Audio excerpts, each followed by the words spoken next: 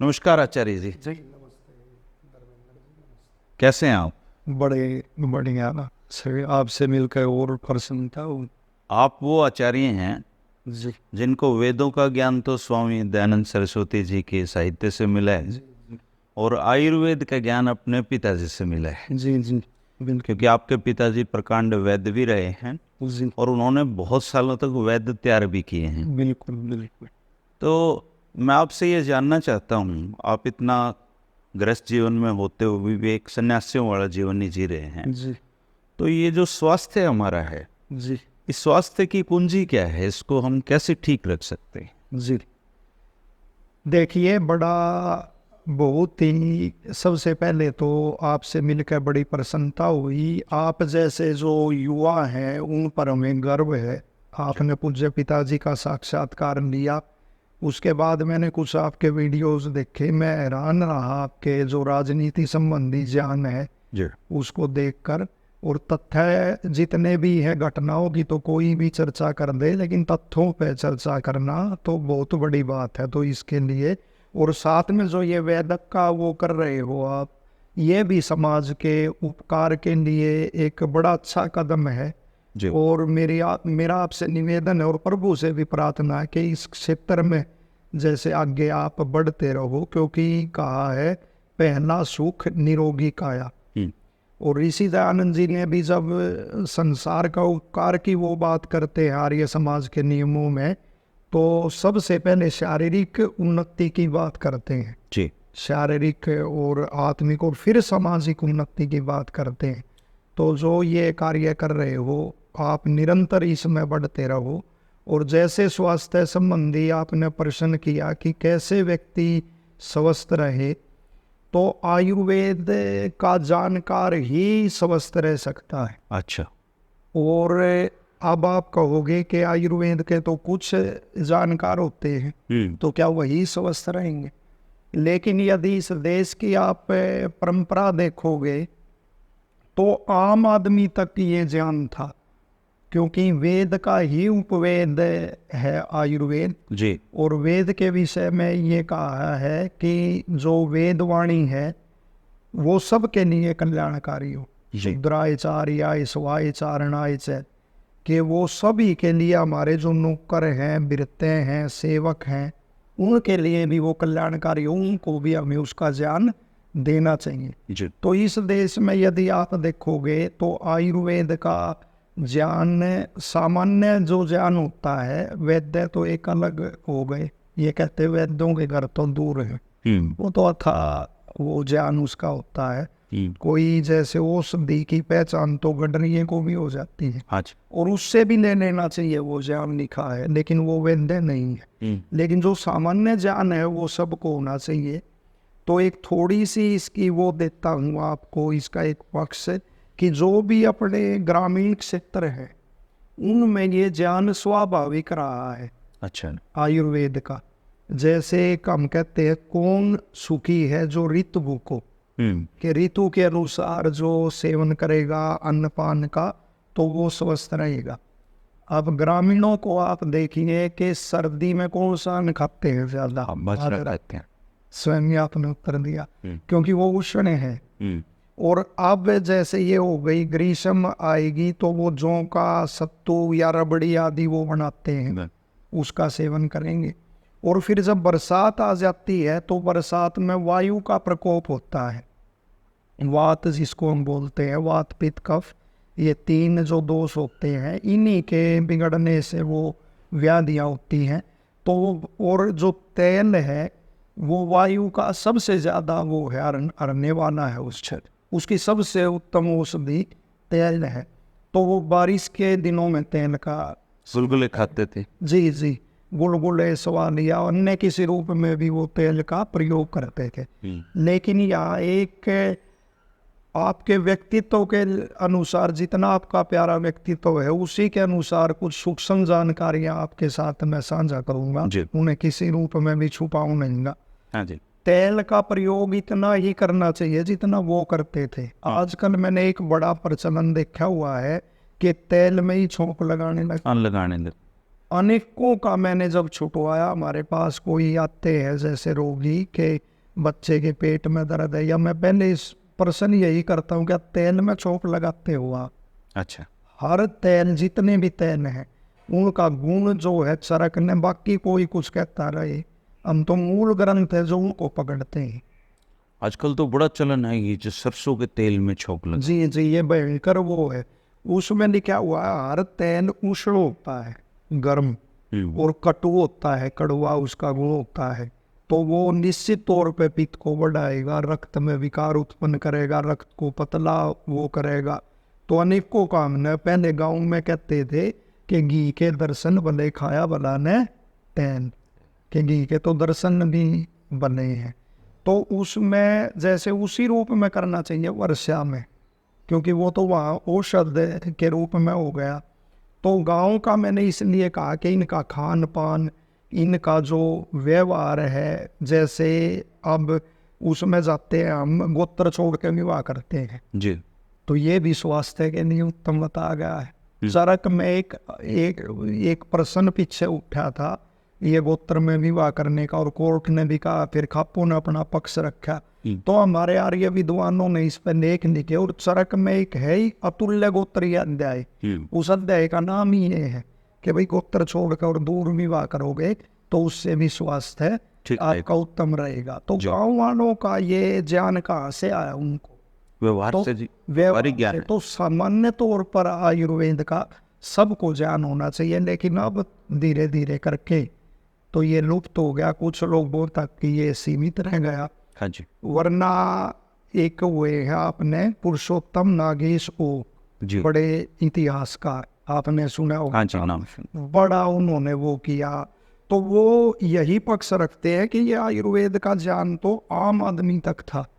वो एक उदाहरण देते हैं कि मैं एक विश्वविद्यालय में गया, वहाँ के प्रिंसिपल थे आयुर्वेदिक विश्वविद्यालय के, तो उन्होंने उनको बताया कि जो अस्थि क्षय होता है, बोन टीबी होती है जो हड्डियों का क्षय, कि उसमें एक हम ठीक करते थे, कोई ठीक हो जाता था, कोई नहीं होता था, लेकिन एक व्यक्ति ऐसा था जो ऐसी औषधि जानता था कि उसका वन में जाता था, उसको उखाड़ के लाता, जल में उसको पीसता, उसका लेप करता, और वो बीमारी ठीक हो जाती।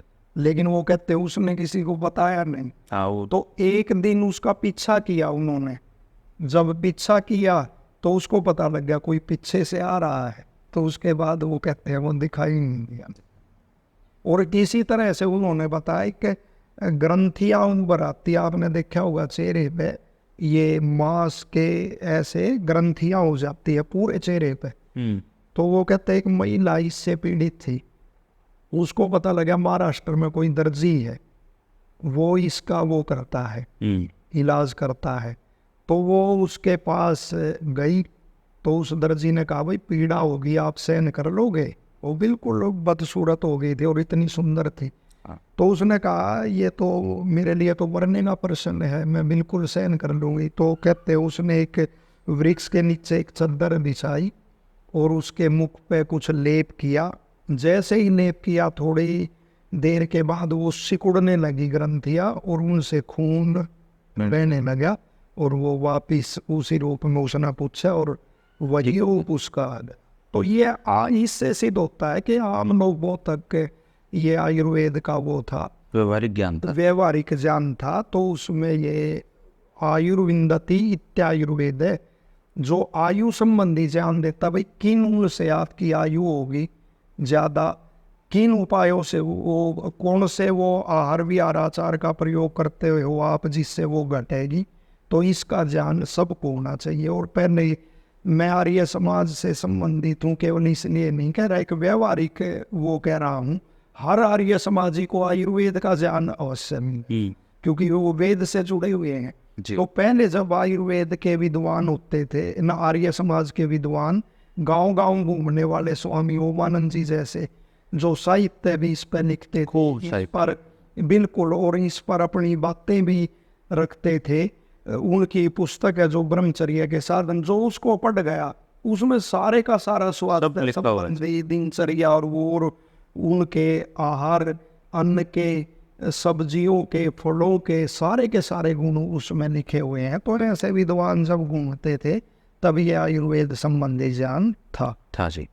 जी। अच्छा आचार्य जी, जैसे एक मैंने आज कहीं पढ़ा था कि बीमार होने के लिए मेहनत करनी पड़ती है जी स्वास्थ्य तो हमारा मूल स्वभाव है। जी तो ये आजकल जो हम तरह तरह की बीमारियां उत्पन्न हो गई हैं शरीर में, इनका मतलब जो एक अब सारे लोग आयुर्वेद को पढ़ नहीं सकते, ग्रंथ नहीं सकते, मतलब सुबह से लेकर शाम तक हमारा खान पान कैसा होना चाहिए जो हम ठीक रहेंगे? खान पान में बेसिक चीज़ें क्या क्या रहनी चाहिए?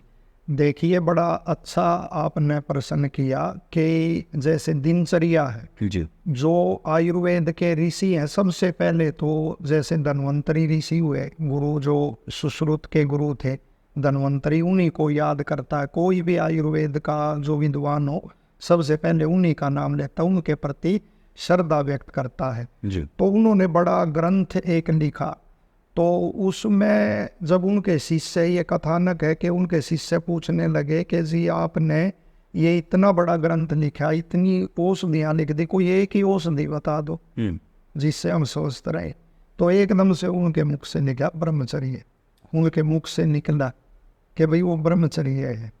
और सुश्रुत हुआ, चरक हुआ, वाग्भट हुए, कोई भी ऋषि हुए, उन्होंने उसको स्वास्थ्य का मूल माना है। और केवल उसके लिए नहीं जो विवाह नहीं कराता, उसके लिए भी जो विवाहित है कि वो भी ऋतु काल के अनुसार संतान उत्पत्ति के लिए अपनी पत्नी से संपर्क करे, सारा दिन तो भोग में ना रहे। हाँ, इसमें क्या हुआ, वो धर्मेंद्र जी, जब ये कोरोना चला, कितनों ने अपनी जान गंवाई। तो मैंने एक वीडियो भी शेयर किया कि केवल आयुर्वेद का विद्वान ही ये बता सकता है भाई इस दौरान आप ब्रह्मचर्य का पालन करो। बुखार है आपको, उसके बाद भी बहुत लंबे समय तक आप ब्रह्मचर्य का पालन करो। कोई भी रोग है, एक गांव का तो नाम नहीं लूंगा मैं, हम रहते थे वहाँ, तो क्षय रोग था एक को। अच्छा। हम छोटे छोटे थे, पिताजी से सुनते रहते थे। परमात्मा ने ऐसी बुद्धि दी आरंभ से कि जो सुनता हूँ याद ग्रहण होता है, और श्रद्धा है उनके प्रति विशेष। हालांकि अलग से वो समय नहीं दे पाए कभी भी, उनकी अपनी दिनचर्या है, वो व्यस्त हैं, लेकिन फिर भी हम उनसे थोड़ा कहने से ही बहुत सीख जाते थे। तो उस क्षय रोगी को उन्होंने यही बताया था कि भाई पत्नी से संपर्क मत करना। तो क्षय रोग है, मधुमेह, शुगर आदि रोग है, और अर्श, बवासीर आदि रोग है, या इनका कोई इलाज आपने करा, ऑपरेशन आदि करा है, तो वो 1 साल तक ब्रह्मचर्य का पालन करना। ये हर आयुर्वेद ग्रंथ में ये लिखा हुआ है। लेकिन कौन एलोपैथी वाला इस शब्द को भी नहीं जानते, कौन बताएगा? कॉन्सेप्ट ही नहीं है वहाँ पे। वो नहीं है। और फिर भी वो मेरे को ये भी चर्चा करेंगे जो आपने दिनचर्या की बताई है, उससे पहले थोड़ी ये चर्चा फिर भी आयुर्वेद को कोसते हैं। इस देश में क्या हो गया, जैसे श्री राम को और महापुरुषों को वो करने लगे ना उत्तम मर्यादाओं को, जैसे मैंने ये गोत्र छोड़ के विवाह का ही बताया, ऐसी ऐसी चीजों को कोसने लगे, तो वो आयुर्वेद को भी इन दृष्टि से देखने लगे। वरन हमारा ही सारा ट्रांसलेट किया हुआ है, सूची है, उसको नीडल कह दो आप। नीडल कहते ही आप ये सोचोगे ये अंग्रेजी में होगी, यही नहीं की खोज। सारे जितने भी सर्जरी के इंस्ट्रूमेंट है उनका उसमें उल्लेख है उनका। तो ये एक थोड़ा सा अलग वो करना चाहिए कि आयुर्वेद के प्रति, चाहे वो अब लीवर में कोई खराबी है, वो लीवर 52 दे रहे, किसकी है लीवर 52? सारे के सारे उसमें सामग्री घटक द्रव्य वो आयुर्वेद के तो हैं। तो चाहे कोई एलोपैथी का या किसी भी पैथी का है, आयुर्वेद के प्रति सबकी श्रद्धा एक समान होनी चाहिए, और उसी को चिकित्सा जगत का एक वो जनक मान के उसके प्रति श्रद्धा होनी चाहिए। तो जैसे आप कह रहे थे कि स्वास्थ्य संबंधी, देखिए पहले सभी जानते हैं कि 4 बजे उठना वो स्वस्थ रहेगा वो व्यक्ति। हर ऋषि ये कह रहा है। एक आयुर्वेद में सद्वृत अध्याय, जैसे आप स्वर्ण भस्म खाओ या और कोई ऐसी औषधि स्थावर आदि का प्रयोग करो, आंवला का आप प्रयोग करो, गिलोय का आप प्रयोग करो, जो रसायन है आयु बढ़ाते हैं। लेकिन उसमें नहीं क्या, सद्वृत जो सदाचार का पालन करता है ना, वो रसायन सेवी है, ऐसा चरक लिखता है कि उसकी आयु बढ़ती है। तो उसमें सबसे पहले नियम ही वो ये लिखते हैं कि ब्रह्म मुहूर्त में उठो। जी। आजकल के बच्चे देखोगे आप कि वो देर रात तक तो पढ़ते हैं लेकिन पढ़ते नहीं तो मोबाइल देखते हैं, एक काम सुबह नहीं उठते, तो वो स्वास्थ्य अपने आप चौपट होगा। जी। ऋषि भी पढ़ते थे, ऋषियों से बड़ा तो विद्वान को हुआ ही। हाँ, लेकिन वो सुबह 4 बजे उठते। हाँ, लेकिन उन्होंने अपने स्वास्थ्य का वो नहीं किया, उसको दाव पे नहीं लगाया। तो सुबह जो उठेगा और शुद्ध वायु, शुद्ध अन्न, शुद्ध जल, ये तीनों ही इम्यूनिटी बढ़ाते हैं। जो रोग प्रतिरोधक क्षमता है, आयुर्वेद में भी उसका उल्लेख है। तो ये 3 चीजें इम्यूनिटी बढ़ाती हैं। तो वो शुद्ध हवा का जब सेवन करेगा, लंग्स के अंदर वो जाएगी, तो वो ब्लड प्योरिफिकेशन होगा। हम तो एक प्रचलन चल गया, चलो ये प्राणायाम भी बहुत जरूरी है, लेकिन उल्टी सीधी विधि से प्राणायाम करते हैं।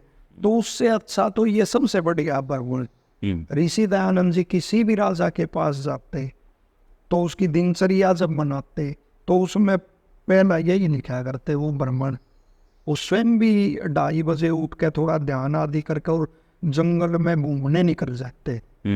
हमने तो उनको उनकी दिनचर्या वो पढ़ा नहीं, ऐसे उल्टे सीधे प्राणायाम आदि वो खुद ही रेस करना, दंड लगाना और ऐसे व्यायाम वो करते थे। तो उसमें एक सबसे भारी ड्रॉबैक क्या है धर्मेंद्र जी के घरों में शौचालय हो गए, टॉयलेट के बच्चा उठता है, मैं अनेकों को ये भी समझाता हूँ, उठ के वो नींद में ही उसमें घुसता है। और जबकि आयुर्वेद में ये लिखा हुआ है कि भाई जब आपको ये लगे प्रातःकाल उठ के और कुल्ला आदि करके थोड़ा जल पी के, वो ज्यादा भी नहीं पीना चाहिए, किलो भी गटकते हैं, उससे भी वो पेट में वायु आदि और वो बनते। तो थोड़ा जल पी के, और जंगल इसको इसलिए बोलते थे जंगल में घूमने। और फिर इसका ये कहते हैं, उसमें आयुर्वेद में स्पष्ट लिखा हुआ, जब वेग लगे, वेग आ जाए जब उसका, फिर शौच करो उससे निवृत्त। तो वेग कहाँ से आया? अपना आंखें वो मीच के और उसी में तो अखबार पढ़ते हैं, आध घंटा उसमें बैठे रहते हैं। हमारे एक पंडित लेखराम हुए, आपने नाम सुना है, धर्मवीर लेखराम, तो वो वेदक का भी उनको ज्ञान था। तो आपकी तरह बड़े जहाँ भी जाते किसी न किसी से कुछ नुस्खा लिख लेते थे। तो उन्होंने अपनी डायरी में लिख रखा है कि डायरी में लिख लिया, शौचालय करते समय देर तक नहीं बैठना, इससे वो हो जाएगी, ये तो फटाक से करने का काम, वो असीर हो जाएंगी, अर्श हो जाएंगे, ये उन्होंने लिखा हो। तो इसमें ऐसा करना, मैं सबको बताता हूँ, पहले खूब घूमो। यदि घर में अब क्या करा, जंगल में ही रहे सब। अब तो पीछे मेरे को हैरान नहीं हुई, ये नियम बना दिया था, कोई बाहर मिलेगा शौच करता तो दंड लगेगा। अरे जंगल तुमने छोड़ देंगे, लोगों को मारोगे घर में ही। लेकिन अब करें क्या? तो मैं सबको कहता हूँ, पहले भाई आंगन है या कमरा है, कहीं भी घूमो, लोगों घूमो, कई कदम चलो, फिर सोच के नहीं जाओ, सोच करके फिर खूब घूमो बाहर खुली हवा में।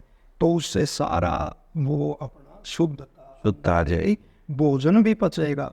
मेरे दादाजी उनको जैसे कराची में थे वो, और एयरफोर्स में थे कलर, और वेदक का बड़ा अच्छा ज्ञान था उनको। अच्छा, आपकी तीसरी पीढ़ी वैद? जी। दादाजी तो मैरोनी छाना गाँव है, तो वहाँ एक ऐसा दंत मंजन बनाते थे, उसका नुस्खा भी है मेरे पास, अकरकरा और ये फिटकरी आदि और ये कुछ और वो है अरड़ आदि, वो डाल के तो पूरा वो छाना गाँव ही उनसे वो लेता मंजन, दंत मंजन।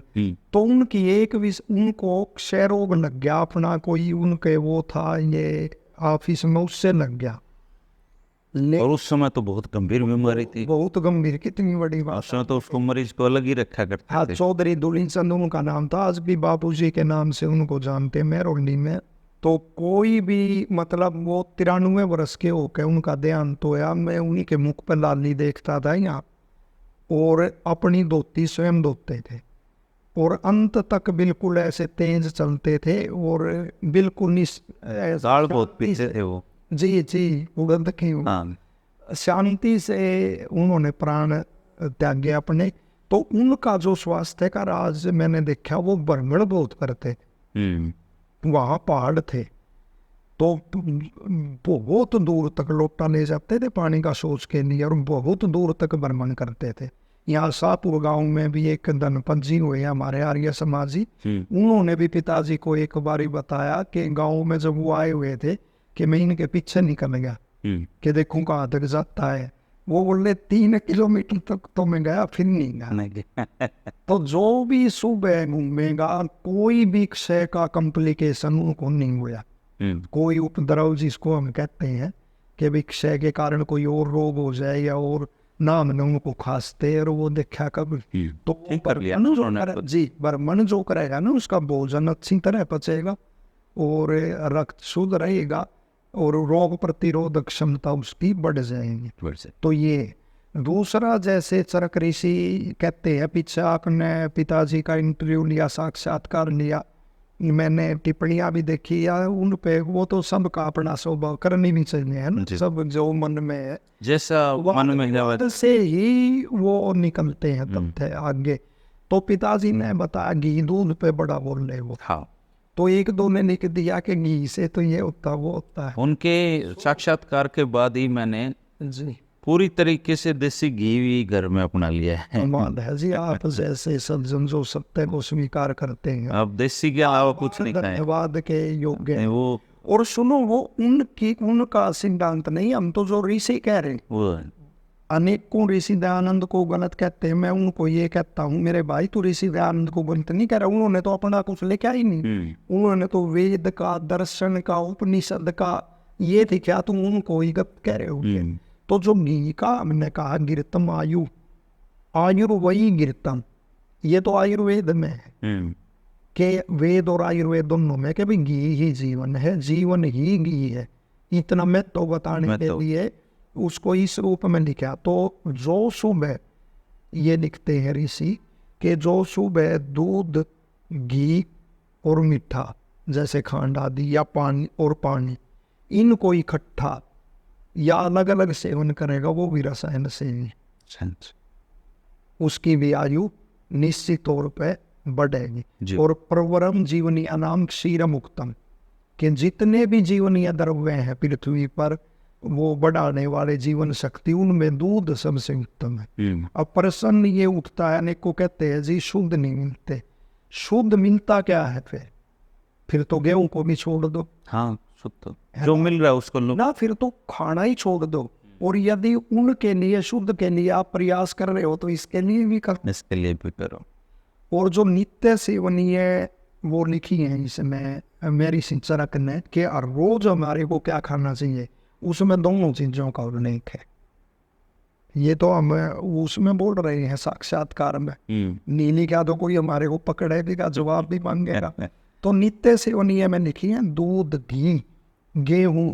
आपको हैरान नहीं हो गया, अनेकों से मैं ये भी सुन रहा कि गेहूं नहीं खाना। आजकल तो ना गेहूं को खलनायक बता रहा है, मेरे को तो है ना जी ऐसी हैरानी इन चीजों पे होती है, पता नहीं क्यों, और वो नित्य सेवनीय निकल रही है। आजकल एक ट्रेंड और चल रहा है जी, मल्टीग्रेन, 10 आटे मिक्स करके लोग खा रहे हैं। देखो उसका यही है, जैसे है ना चना का बड़ा प्रचलन है। हमारे टाइम में मेसी रोटी तो सुनी थी हमने, वो भी कुछ रोज नहीं, रोज थोड़ी होती थी। हाँ, कभी कभी मतलब टेस्ट चेंज कर। हाँ, कभी कभी।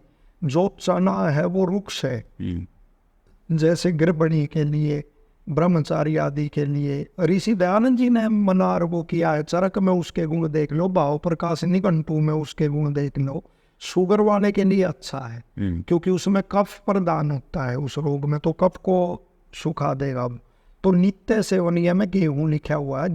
गेहूं में सन्निग्धता होती है, चिकनापन, और जो कोशिकाएं, अस्थियां आदि कहीं से भंग हुई, उनमें जोड़ने की शक्ति होती है। रंग निखारता है। गुरुकुलों में क्यों दलिया खिलाते हैं? हाँ, दलिया उत्तम औषधि है। दलिया अपने आप में रंग निकल जाएगा और प्रसन्नता रहेगी और स्वास्थ्य में निखार आएगा, शीतलता और वो आएगी। तो गेहूं का वहाँ लिखा हुआ है, और मूंग की दाल। और आज आपके यहाँ एक और मैं उद्घाटित तो वो कर रहा हूँ, मूंग की दाल को नेत्र दृष्टिवर्धक भी लिखा हुआ है। अच्छा, कि नेत्र की दृष्टि को बढ़ाने वाले। तो ऋषियों ने जो ऐसी चीजें हैं वो नित्य सेवनीय, लेकिन नित्य सेवन जिनका नहीं करना चाहिए, आपको हैरानी होगी सुनकर, दही का भी उल्लेख है। अच्छा, रोज नहीं खाना चाहिए। बिल्कुल। और एक और विश्लेषण करना चाहिए, मैं तो बिल्कुल विद्वानों को आमंत्रित कर रहा हूँ आपके माध्यम से, कि ग्रीष्म ऋतु में प्रचलन है दही का, जबकि वो ऋषि उसमें मना कर रहे हैं, ग्रीष्म में मना कर रहे हैं। वो हेमंत में और शिशिर में, वर्षा हेमंत शिशिर, इनमें इसका वो कर रहे हैं सेवन का विधान। अच्छा, ये यस, बिल्कुल, मैं तो आपके यहाँ स्पष्ट बोल रहा हूँ।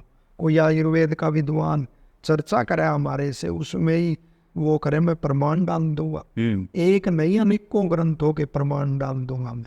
तो आयुर्वेद के जो और उष्ण वीर्य इसका लिखा हुआ है, कोई भी आज एक रात को दही का प्रचलन, और जबकि ये तो हम विद्वानों की पुस्तकों में पढ़ रहे, नक्तम दधी न भुंजित, कि रात को दही मत खाओ। ये जितने भी एलर्जी के रोग हैं ज्यादातर इस कारण है। अब आपको एक और हैरानी होगी कि वेद ग्रंथों में हमने पढ़ा, मैं कुछ वेदों के नाम लेना चाहता हूँ, उनके प्रति कृतज्ञता प्रकट होगी। जैसे पिताजी के जो गुरु हमने नहीं देखे, उनके प्रति भी मेरी बहुत श्रद्धा है। कुछ परमात्मा का वो रहा, जो विद्वान या सात्विक लोग हैं, वो तय का भी है, आपने पता, तो उसी के प्रति मेरा तो पूर्ण समर्पण रहता है। जैसे पूज्य पादाचार्य बलदेव जी थे, तो उनके नेतृत्व में तन मन धन लुटा के मैंने वो किया काम, उनके प्रति बड़ी श्रद्धा थी मेरी। वो भी बहुत ज्यादा स्नेह करते थे। तो इसी तरह पिताजी के प्रति बड़ा मेरा वो रहा है श्रद्धा। जब मैंने घर छोड़ा पढ़ाने के लिए करनाल गया, तो उन घर छोड़ते हुए नहीं का पिताजी का ही व्यक्तित्व मेरे मस्तिष्क में घूमता रहा कि ऐसा व्यक्ति भी है जिसने इतना संघर्ष किया, इतना सात्विक, इतना विद्वान।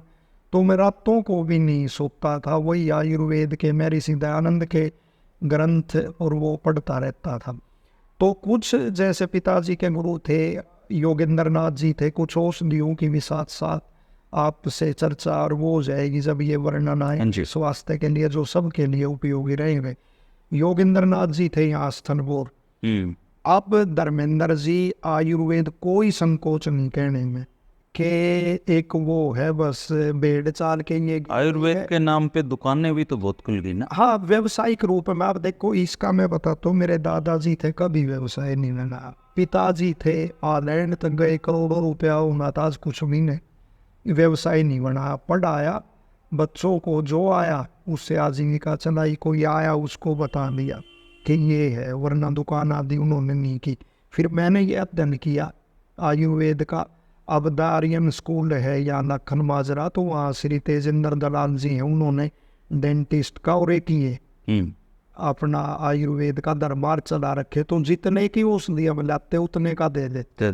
जब ये पढ़ाने की जीविका नहीं रहेगी तो मैं इतना भी कर लूँगा ना, जितना कंपनी मेरे को मार्जिन दे रही, मैं उस मार्जिन को भी रख लूँगा, तब भी मेरी दाल रोटी की चिंता नहीं।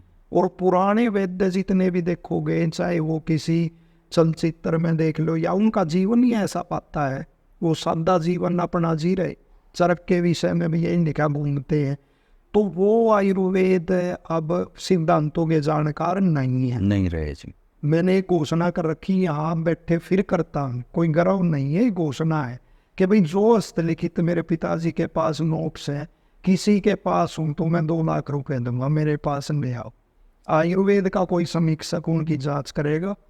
तो वो विद्वान जो स्थलपुर में थे, एक योगेंद्र नाथ जी थे जो पिताजी को पढ़ाते थे, वात पित्त कफ दोष के बारे में वो पढ़ाते थे।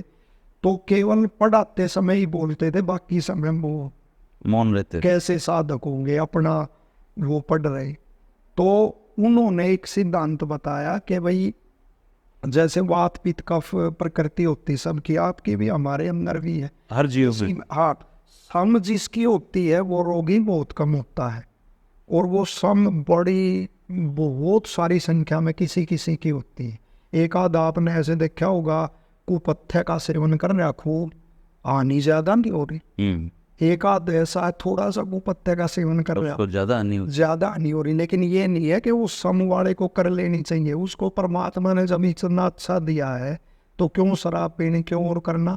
लेकिन एक आध ऐसा होता है कि भाई ये तो शराब पीता है, इसको कुछ ज्यादा हाँ बोले ये सारी उम्र होगी पीते हैं, ठीक रहो है। वो सम प्रकृति का। तो आचार्य योगेंद्र नाथ जी ने एक वो बताई बात कि जब माता पिता का संपर्क होता है ना, उनके और गर्भ की स्थापना होती है, उनके अंदर जो प्रकृति है तो वही उसकी गर्भ की बन जाएगी और फिर वही रहेगी। अच्छा। यदि आपकी बात बन गई ना, तो मैं कितना ही बड़ा वैद्य हूँ, मैं उसको समाप्त नहीं कर सकता। उसको नियंत्रित किया जा सकता है। हाँ, उससे ना बढ़ने देवे। बड़ी बड़ी बात कही आपने नियंत्रण की, उसमें ये लिखा हुआ है और वो हानि भी नहीं करती। जैसे सर्प के अंदर विष है तो वो उसको हानि नहीं करता सर्प, नहीं करते। तो इसी तरह वो हानि नहीं करेगी। तो उनको मैं श्रद्धा से आज याद कर रहा हूँ, आचार्य योगेंद्र नाथ को दर्शन बने ही नहीं किए। एक डॉक्टर सिंगल हुए, ये कहते एक बार एसपी आ गया था कॉलेज में, पिताजी बता रहे, तो ऐसा ही इंग्लिश में डांट लगाई कि भाई मेरी परमिशन के बगैर कैसे वो आया। बड़े आयुर्वेद के विद्वान। तो वो टाइफाइड के अंदर एक अमूल्य उसकी जानकारी दे रहा हूँ आपको, किसी से नहीं सुनी होगी और ना कभी सुनोगे। टाइफाइड के अंदर ये तो अनेक को बताते हुए चिक्कू लो, है ना। यदि दस्त नहीं है तो दूध भी ले सकते हो, साबूदाना ले सकते हो। लेकिन जो उन्होंने बताया कि बॉइल्ड पोटैटो के उबड़ा हुआ आलू, संडा नमक और काली मिर्च डालकर उसका भी सेवन करो टाइफाइड में। तो ये ऐसे वो हुआ करते। एक डॉक्टर बीडी शास्त्री थे, उनका तो बड़ा नाम इधर रहा है। मैंने उनके चरण भी धोए हैं, मैंने उनके तो दर्शन मैंने किए, कुछ सीखा भी उनसे। तो वो ये बताते थे, और इसका कुछ प्रयोग किसी को नहीं अभी करना, लेकिन इस पे वो होनी चाहिए कि भाई प्रयोग किसी न किसी रूप में करना चाहिए कि मलेरिया जो किसी से भी नहीं उतरा, किसी भी दवाई से मलेरिया नहीं उतरा। वो जो बिलाव होता है मारजार, तो उसकी जो विष्ठा होती है, सूख जब जाती है तो 0 नंबर के कैप्सूल में डाल कर वो दे दो, मलेरिया उतर जाए। तो क्या अब तो बिलाव भी नहीं रह रहे ना। बड़ी बात आपने कही। वो मैं इसलिए आपका प्रशंसक हूँ, परमात्मा आपको इस क्षेत्र में और आगे बढ़ाए। आयुर्वेद का संबंध प्रकृति से भी है। जो ये है, आप अपने यहाँ कितने ही देख लो, आप गोखरू भी है, खूब होता है ना। हाँ। गोखरू, और ये अपना अश्वगंधा भी है, खूब मिलता है। अब तो अनेक औषधियाँ हैं, लेकिन उनका वो गुण नहीं होगा जो जब वो जंगल में होते हैं। सब वो प्राकृतिक जो होता तो बड़ी समाप्त कर दी। और आयुर्वेद तो ये कह रहा है भाई सड़क के किनारे जो औषधि और वो उनको मत लो, दूर हो जो। हाँ, धूल कार्बन और वो होता है उनमें। तो आयुर्वेद का संबंध प्रकृति से है। अब जैसे पशु वो नहीं रहे, वरना शुगर में ये लिख रखा है, जैसे घोड़ा है, घोड़े को आप जौ खिलाओ, अच्छा, और वो जौ जब वो लीद करता है उसमें जो वो जौ निकल आए वो साफ करके, ये मैं नीम किमो के नहीं बता रहा, ये जो मूल ग्रंथ आयुर्वेद के उनके नुस्खे बता रहा है, उनको साफ करके उनको आटा दो के, मतलब मधुमेह का भयंकर से भयंकर रोगी है उसको भी वो आराम करें। हाथी है, हाथी का जो गोबर है, विष्ठा है, तो ऐसा अगध उससे बढ़ा जाता है कि कैसे भयंकर उसने सर्प ना आप काट रखे हो, आप ठीक हो जाओगे। सर्प की केचुली है, सर्प की केचुली का धूम ऐसी महिला को देना जिसका गर्भ उल्टा हो गया है, यानी सर नीचे होगा तो जल्दी आएगा ना, तो उसको वो धूम और वो दोगे तो वो निकलेगा। तो ये सारा का सारा मतलब प्रकृति से और उससे जुड़ा हुआ है, वो रहा ही नहीं। वो अब कोष दिया लिखी है कि मानने की लो, ये बनाओ ना जब आप च्यवनप्राश तो ये है कि ऐसा रसायन लिखा है उसके गुण, लेकिन वो गुण तो नहीं आते उसमें जब हम सेवन करते हैं। उसमें वो लिखा हुआ हिमालय कर लो, आंवला, तो हिमालय को नहीं छोड़ोगे, वो आंवला कहाँ से लाओगे। ठीक है। ये जो गोदा की विष्ठा है, गो होती है ना, गो, उन विष्ठाओं की पहचान वो ऐसे चंद्राकार मल का त्याग करेंगे, तो उसका रोग विशेष में ढूंढ देना। जो चमगादड़ की ये बीट है उन्माद जो रोग होता है, ये दौरे आदि आते हैं, उसका लेप आदि करना, बैल के गोबर का वो प्रयोग करना इसमें, अपना मलेरिया आदि में, तो सारे का सारा आयुर्वेद प्रकृति से जुड़ा हुआ है। तो मैं आपसे चर्चा कर रहा था कि जैसे रायता होता है आजकल, इसमें आपने बहुत देखा होगा, खीरा ककड़ी का भी बना रहे, हाँ बनाते हैं। तो उसमें गठिया लिखा है कि गठिया निश्चित होगा।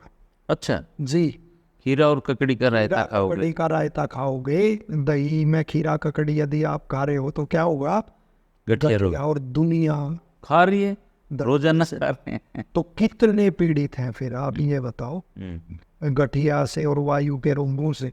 40 साल तक तो वो आम वात बोलते हैं, बड़े जोड़ों में होगा वायु का विकार।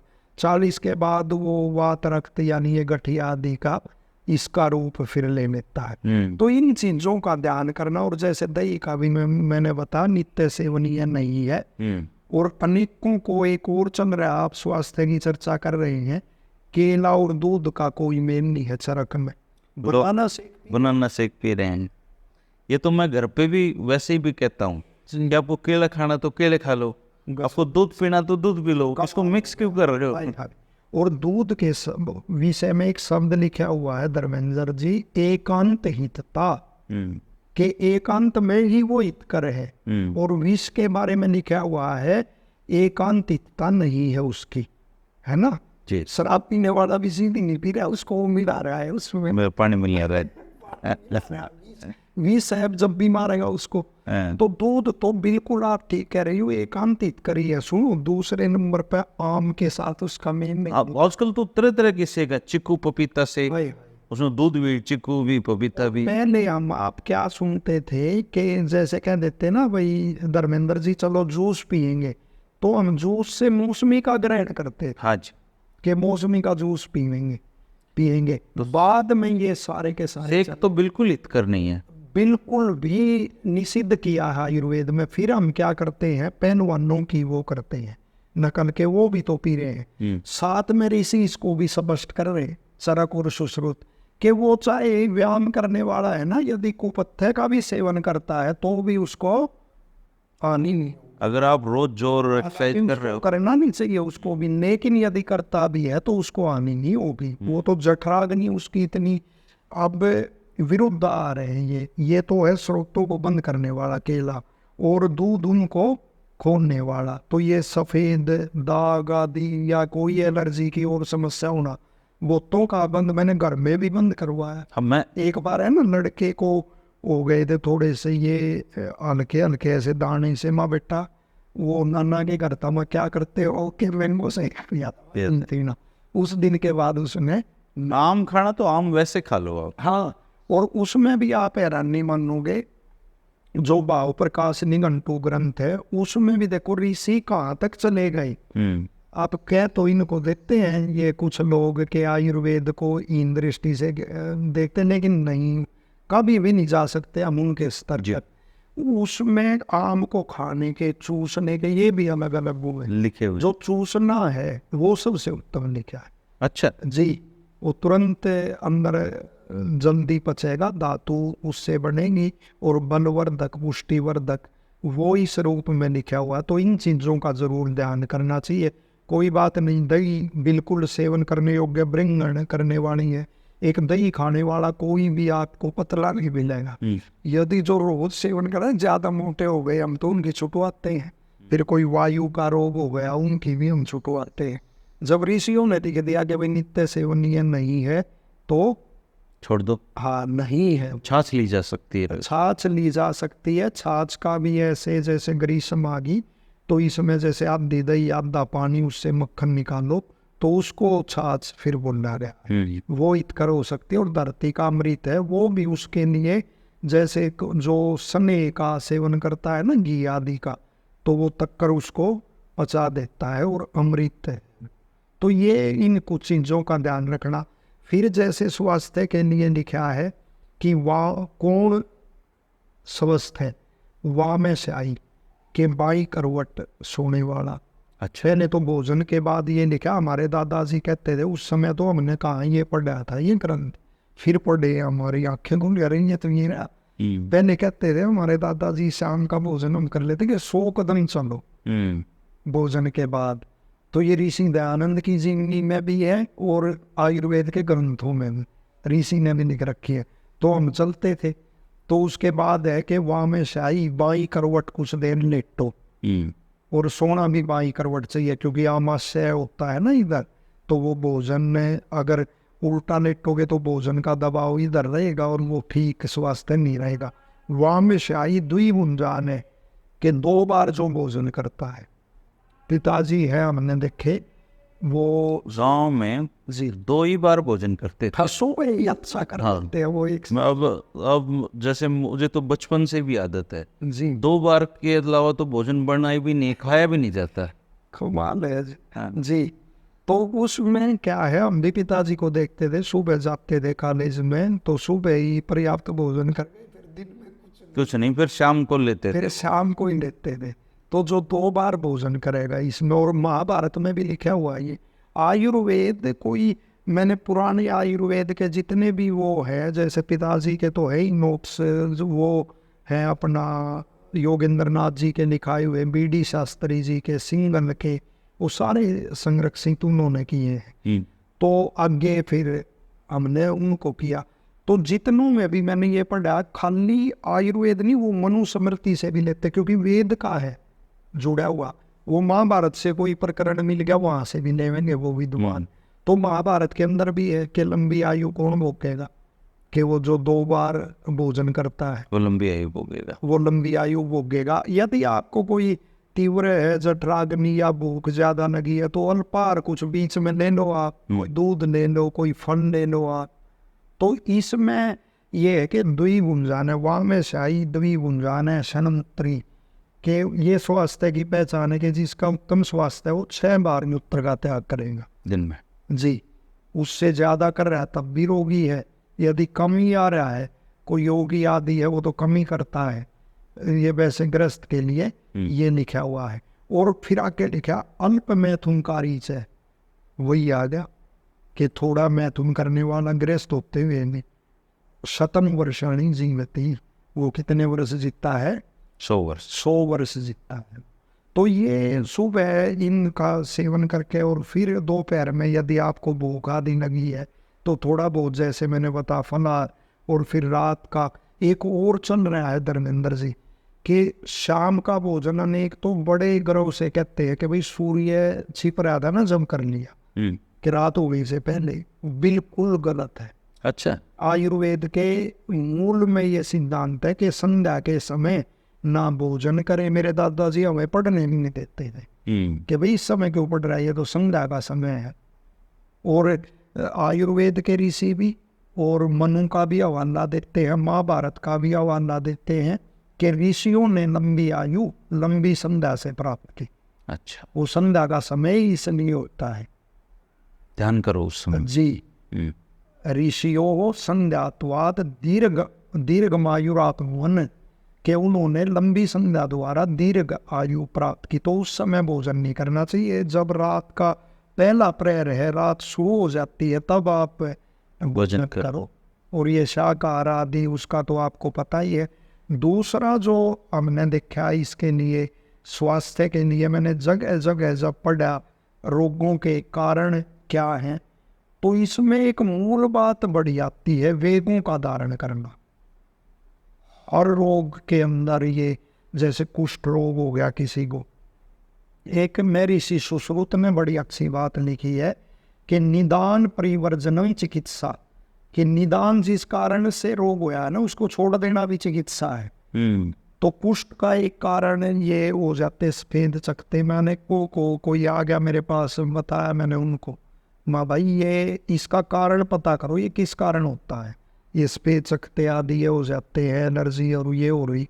तो उसमें यही है, पसीने में स्नान करना, पसीना में कभी स्नान मत करो, और भोजन के बाद स्नान मत करो। अच्छा, अनेक को ऐसी वीडियो डाल रहे, वो बच्चा में लेटा हुआ खड़ा हुआ और चूरमा खा रहा है, भोजन का पानी में प्लेट आ रही है, गए किसी को आजकल तो ऐसे पुल आ रहे हैं, नहा रहा है और नहाते हुए खा रहा है। नहीं, उसका यही कारण। और तीसरा ये वेगों को रोकना, ये तो हर रोग की जड़ में है।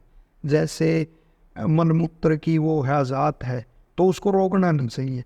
हमारे एक रामचंद्र देव भी हुए आर्य समाज के, शास्त्रार्थ महारथी, ऐसा शास्त्रार्थ महारथी नहीं हुआ। तो वो ये कहा करते, ये तो ऐसी आंडी है जो बाढ़ जिस और जिसका मुंह भी उल्टा है, इसको रोको मत। जब कुछ भी प्रबंध करना पड़े वही मनमूत्र का आप त्याग करो। तो ये मनमूत्र के वेग को कभी नहीं रोकना। और साथ में अति साहसम वर्जित, अति साहस का कोई काम नहीं करना। जैसे बहुत सारा भारी के इस वजन में तो उठाऊंगा, पीछे चला तो ना व्यायाम करूंगा, अरे उसका तो अभ्यास है, वो तो करेगा, तू करेगा तेरे कंप हो जाएगा और हो जाएगा। स्वामी ओमानंद जी ने उल्लेख कर रखा है कि एक लड़के को वो लगी थी व्यायाम की, वो अनेकों से करने लगा था और फिर खून की उल्टी और वो आने लगी। ब्रूस ली का भी यही कई बताते जी कि भाई वर्कआउट वो ज़्यादा किया। तो अति साहस का भी प्रयोग नहीं करना चाहिए, वेगों को नहीं रोकना चाहिए। तो ये भी कुछ चीज़ें वो स्वास्थ्य वर्धक और वो बताया। एक व्यायाम अपने अनुकूल बलार्ध व्यायाम लिखा, आयु बल भोजन, उसके अनुसार व्यायाम करना चाहिए। व्यायाम का भी सुश्रुत ऋषि ने बड़ा अच्छा, आप स्वास्थ्य संबंधी चर्चा कर रहे हो तो सुश्रुत ऋषि कह रहे व्यायाम ही सदा पथ्यो, व्यायाम सदा ही पथ्य है। और तीनों जो दोष है वात पित्त कफ, उनको नियंत्रित करने वाला है। लेकिन साथ में लिखा है आयु बल अन्न, इनके अनुसार व्यायाम करना चाहिए। सबसे अच्छा हमने तो जो विद्वानों से सुने, पिताजी के गुरु थे एक ब्रह्म स्वरूप शर्मा जी, इधर पिपली औषधिया देते थे वो घर में ही। तो वहाँ यहाँ भी प्रिंसिपल वो रहे, प्रिंसिपल या प्रोफेसर स्थलगोर, उनका निदान इतना जबरदस्त था। पिताजी कहते हैं जो पुस्तक थी ये निदान आदि की, तो उनको ये भी बता था किस पृष्ठ पे क्या है, वो बगैर एक्सरे बता देते थे, हाथ आदि लगा के जांच करके कि ये बीमारी है। तो मैं स्वयं बैठा हुआ था, उन्होंने बताया एक को कि भाई हल्की हल्की रेस और दंड। कुछ जैसे बलबीर दत्त शास्त्री जी थे पिताजी के गुरु, जिनका मैंने बताया भयंकर शुगर थी। हमारे घर आ जाते तो पिताजी कहते गुरु जी कितना मीठा डालो, तो कहते कि 1 चम्मच डाल दूँ गुरु जी, 1 चम्मच। तो 1 चम्मच से क्या होगा, 2-3 चम्मच डाल दे। तो पिताजी कहते शुगर है गुरु जी, तो कहते फाकी ले लेंगे। तो वो तो नहीं करना चाहिए, वो तो विद्वान और उनका एक अलग स्वभाव और वो होता है। तो वो भी पर्याप्त आयु लेके गुजरे और कोई कॉम्प्लिकेशन नहीं उनसे में मिला। ब्राह्मणवास थे और कमान मन हो गया। आप धर्मेंद्र जी जैसे आपने कहा ना, आजकल तो पैसे कमाने का हो गया ये व्यवसाय। जब मैं गुरुकुल में था पहले सिंहपुरा, तो यहाँ जो ये नहर है अपना तिलियार लेक से पहले, तो इन नहरों से पहले इस हाथ पे जाते हुए अपना बाएं हाथ पे एक उन्हीं के शिष्य ने एक दुकान कर रखी थी, छोटे से, इसमें इससे भी छोटा कमरा में। उसका नाम था वैद्यराज के नाम से, उसने कोई कंपनी शुरू की थी उस लड़के ने, वैद्यनाथ के, उसमें वैद्यराज उसने नाम रखा। वहाँ 10,000 रुपये में नौकरी करते। बताओ कितने प्रकांड भगवान थे। और इसी तरह ब्राह्मणवास करते थे। मैं उनके पास गया तो उन्होंने बताया, वो मधुमेह वालों के लिए मैं शेयर करना चाहता हूँ आपके साथ, कि एक तो मालिश करता हूँ, मालिश करें, मालिश करें तेल की, कि उससे जो भी है वो रक्त का ठीक होकर वो पचेगी अंदर। और एक सर्वांगासन, अच्छा, केवल एक आसन करते सर्वांगासन। तो कोई जो अपने अनुकूल है उसको 1 को 2 को सिद्ध कर लो। यदि आप कोई चैंपियन है फिर तो सारे ही आप कर रहे हो, लेकिन सामान्य व्यक्ति ने को सामान्य ही व्यायाम करना चाहिए। तो 2 चीज़ों के बल पे उन्होंने स्वयं मेरे को बताने वाले हैं, वो इतना लंबा और औषधि है ज्ञान, और वो तो था ही उनको। तो व्यायाम भी कोई ना कोई ऐसा ऋतु के अनुसार, जैसे ग्रीष्म है इसमें कम वो करना चाहिए, बिल्कुल वर्षा आएगी फिर शरद में और उसमें अच्छा करना चाहिए वसंत में। तो कोई ना कोई व्यायाम भी अपने अनुकूल सिद्ध करना चाहिए। तो ये कुछ चर्चा आपको की कि जिससे व्यक्ति स्वस्थ रह सकता है। इतना ज्ञान है आप में, आपने इतना अध्ययन किया है, मुझे लगता है हर हफ्ते ही बैठना पड़ेगा। अरे धर्मेंद्र जी, ये तो है ना, ये अथाह समुंदर है। मैंने बताया जब थोड़ा सा जैसे ये हुआ ना, बचपन से सुनते आए पिताजी से, फिर कुछ ऐसी स्थिति आई समाज सेवा करते हुए कि सुरक्षा की भावना के भाई समाज सेवा का तो फल उगानी और वो मिलनी है, तो उसमें क्या हुआ, परमात्मा सहायता जरूर करता है कि एक आयुर्वेद का वो डिप्लोमा का कोर्स निकला हुआ, मेरे मित्र ने मेरे को बता दिया, निष्कानिक और सरकारी यूनिवर्सिटी से, तो मैंने उसमें अप्लाई किया। मैं पानीपत था उस समय, जाते हुए भी पढ़ता था, आते हुए भी पढ़ता था, और मेरे बच्चे हैं दोनों अच्छे, एक का तो रामजस कॉलेज में है एडमिशन, वो CDS की तैयारी कर रहा है, बहुत कुशाग्र बुद्धि है। तो उन बच्चों, और रात को भी पढ़ता, उन बच्चों ने कहा ऐसा भी पढ़ते हैं कि इतना भी पढ़ते हैं, और जितने वहाँ मार्क्स लिए वो तो मैं आपको नहीं बता सकता, लेकिन ये है कि पढ़ाई खूब की। बहुत। और आपके साथ अच्छी बात ये है यही पढ़ता कि आपके दादा भी वैद्य थे, जी आपके पिता भी वैद्य थे, जी आप खुद भी वैद्य हैं, तो जो श्रुतियाँ होती हैं जी जी बुजुर्गों की, जी अब जैसे मैंने अपने दादा से जो जो चीजें सीखी हैं वो काम आ रही हैं जी जी, पीढ़ी ना। उनको ग्रहण करना, जैसे कोई श्रद्धा होनी चाहिए ज्ञान के प्रति। तो पिताजी, मेरे पिताजी है, मैं इसलिए नहीं कह रहा, उन्होंने जो संग्रह में जो बल लगाया है, तो वो बल कहीं कहीं हमारे को नहीं देखने को मिला। दोस्तों, आचार्य अभय आर्य जी का ये पहला साक्षात्कार था, लेकिन मुझे ऐसा लग रहा है कि हमारा जो संपर्क है वो शायद जीवन भर बना रहेगा, और इनके पास जितना भी ज्ञान है उसमें से जितना भी निकाला जा सके और आप लोगों के लाभ के लिए यहाँ दिया जा सके, मेरी पूरी कोशिश उसमें रहेगी। और आचार्य जी भी बड़े सज्जन व्यक्ति हैं, मुझे ये लगा पहली मुलाकात में ही। और अगर आप इनसे स्वास्थ्य लाभ लेना चाहते हैं, क्योंकि बहुत सारे लोग फ़ोन करेंगे, पूछेंगे, तो आप कमेंट कर दें वीडियो में, आपकी जो संबंधित बीमारी है वो खुल के लिखें आप उस पर। तो जब अगली बार मैं मिलूंगा तो उनमें से कुछ लोगों की बीमारियों के बारे में इनसे पूछेंगे आपसे। जी, ठीक है, शुक्रिया वैद्य जी, आपका बहुत धन्यवाद। आपका भी बहुत धन्यवाद। आपने एक इतनी बार अच्छी- ये प्रार्थना है आपसे और प्रभु से प्रार्थना है कि जो आपने ये बीड़ा उठाया है और परमात्मा ने आपको गुण दिया है, तो इसको आगे बढ़ाएं। शुक्रिया।